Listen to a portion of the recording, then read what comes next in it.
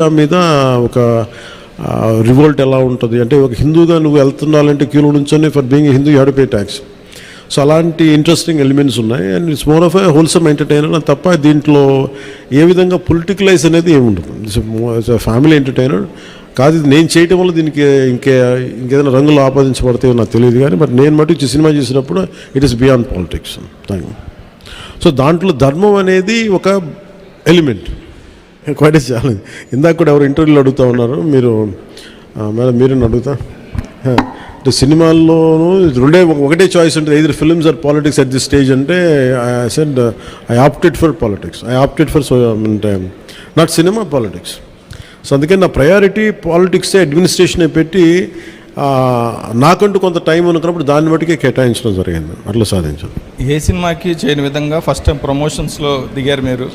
ఇది చాలా ప్రత్యేక పరిస్థితులు ఉన్నాయి సార్. నేను మామూలుగా అయితే చేయను. అంటే నా వల్ల నిర్మాతలు నష్టపోయారు. అది కూడా ఎలా నష్టపోయారు, ఒకటి కరోనా, రెండు న్యాచురల్ డిజాస్టర్, రెండు న్యాచురల్ డిజాస్టర్స్, ఇంకోటి man made disaster, administration disaster, ఇక్కడ పొలిటికల్ ఇది ఇక్కడ. సో మూడింటికి నిర్మాతలు బలైపోయారు.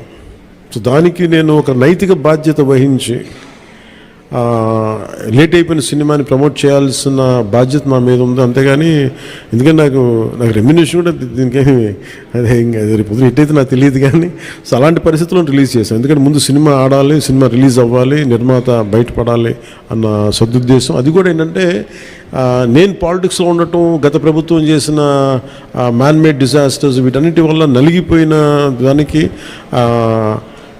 బలైపోయి నేను పొలిటిక్స్లో ఉన్నాను కాబట్టి బలైపోయారు కదా, ఇబ్బందులు పడ్డారు నిర్మాతలు. అందుకని వాళ్ళందరి తరపున నేను ఈ కనీసం ఈ ప్రమోషన్ చేయడం అనేది చాలా ఎసెన్షియల్ డ్యూటీ అనిపించింది నాకు. అంతమించి మామూలుగా అంత అవసరం ఉండేది కాదేమో. సార్ ఆ సినిమా తీసేటప్పుడు కొంత ఇబ్బందులు కూడా పడ్డట్టున్నారు మీరు.